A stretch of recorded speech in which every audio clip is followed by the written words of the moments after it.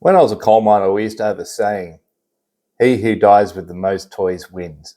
And it seemed just about every week somebody would be coming up with a new toy. Someone would show up on a new Harley, or have a new car, or talking about the boat they just bought. It just seemed like that was the most popular conversation. And I wanted to get into the game. I wanted to have a toy. I wanted to have something that I could show the boys. And I set my eyes on a brand new Superu WRX STI. You know, the rally blue with the gold wheels, the spoiler on the back, the little rocket ship. That's what I wanted. And the more and more that I saw the boys talking about their new toys and I still hadn't had one, the more the pull came for me to go and get my toy. So I drop into this dealership, and what do they have? They have the car of my dreams sitting right there on the showroom floor. I'm walking around this car, I'm looking at it and, you know, standing back and, oh yeah.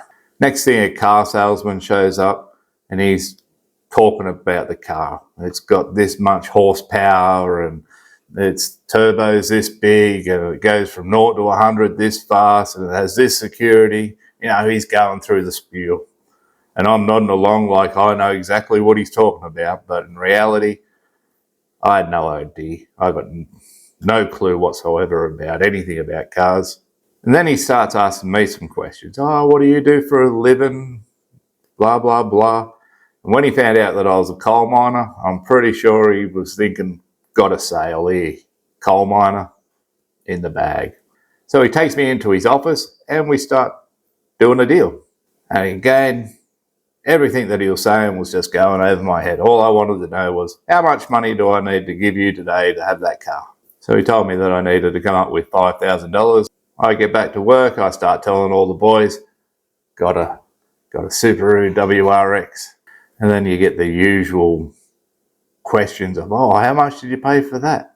And I'm feeling pretty proud. I'm like, oh, $60,000. And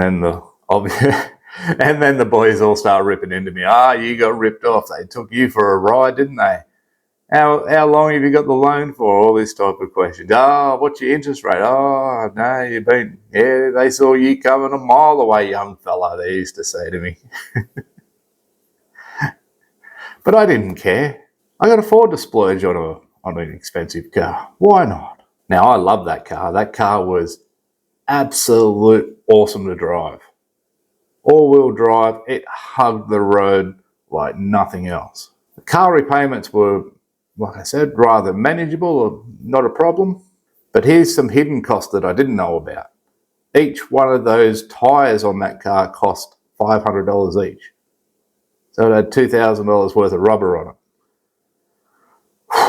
When it was time to replace those tyres, I was like, that's a bit expensive. When I had to go in for a service, it was like $800 each service, and it had to be serviced on their timetable at their workshop. I couldn't even take it anywhere else. I had to go back to the dealership. Needed the good petrol in it. Now, luckily back then, petrol wasn't quite as expensive as it is today, but it was still quite expensive to fill that little beast up, I can tell you. It was a thirsty little bastard, but it didn't matter. I loved it. I was having a great time. Until one day, I was having a little bit too much of a great time, and some blue flashing lights appeared in my rearview mirror, and the nice man that come up to my window indicated to me that I was probably having a little bit too much fun, too much of a good time. And he then took my license off me and said, son, I'm going to have this for 3 months. And I was like, that's no good. So here I am now without a car, without a license. I had to go through the embarrassment of going to work and telling them that I'd lost my license. Luckily, work didn't care too much. They said, can you still get to work? I said, yeah. They said, fine, that's all we need to know. So here I went from driving my dream car, the WRX STI, to riding a push bike. Now, after about 2 years, I'd had enough of this car. I got sick of things. Like, it was low, it had bucket seats, and at that time, I was a rather large boy, so I didn't really fit into the seats all that comfortably. It also had a anti-theft keypad lock, where you had to put in a PIN number just to start the bloody thing. That got on my nerves because you get in it, you start it, and then if you forgot something, you had to lock it up for 5 minutes to be able to restart it again. So little things just started to annoy me about it. I also didn't want to drive it all that much because I didn't want to put a hell of a lot of kilometers on it. So I actually ended up buying another car to drive to work, and this one just sat in the shed and I just took it out like a Sunday drive. So it really wasn't as valuable as I thought it was going to be, but I did have fun with it for those 2 years. And after those 2 years, I thought, I'll sell it. I'm going to buy something else, something more practical. And I had my eyes set on a Toyota Prado. I'd ridden in one and I fell in love. I was like, I want one of these now. So I went and bought one of those, spent another $65,000 on a car while I've got another $50,000 car sitting in the shed. So I thought, I'll sell it. I thought, oh, it's only 2 years old.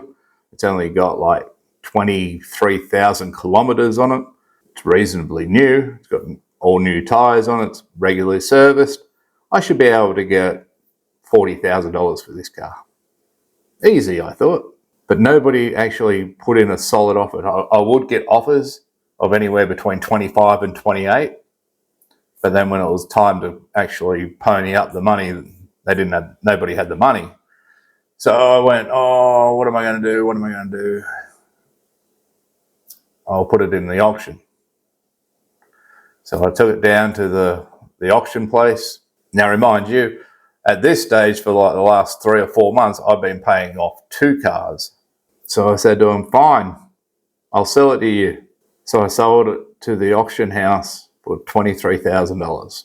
So once the check came to me, because how it works in Australia, I'm not too sure how it works anywhere else in the world, but when you sell it in an auction, they pay off your loan and then they send you the balance. So I got a check for $2,000.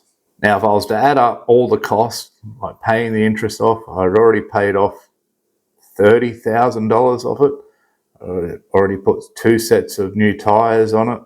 So up until the point that I sold that car, I had already put $40,000 into it. And by the time I sold it, I got a check for $2,000. So that was a $38,000 loss that I took just to have some fun. After going through that experience, I wised up a lot. I no longer wanted to play that game with the rest of my mates and coal miners of he who has the most toys wins. I'm not playing that stupid game no more. So the lesson that I learned from that car and that experience is you don't need to show off. You don't need to show that you're a swinging big dick just like everybody else. You don't need to compete with the Joneses.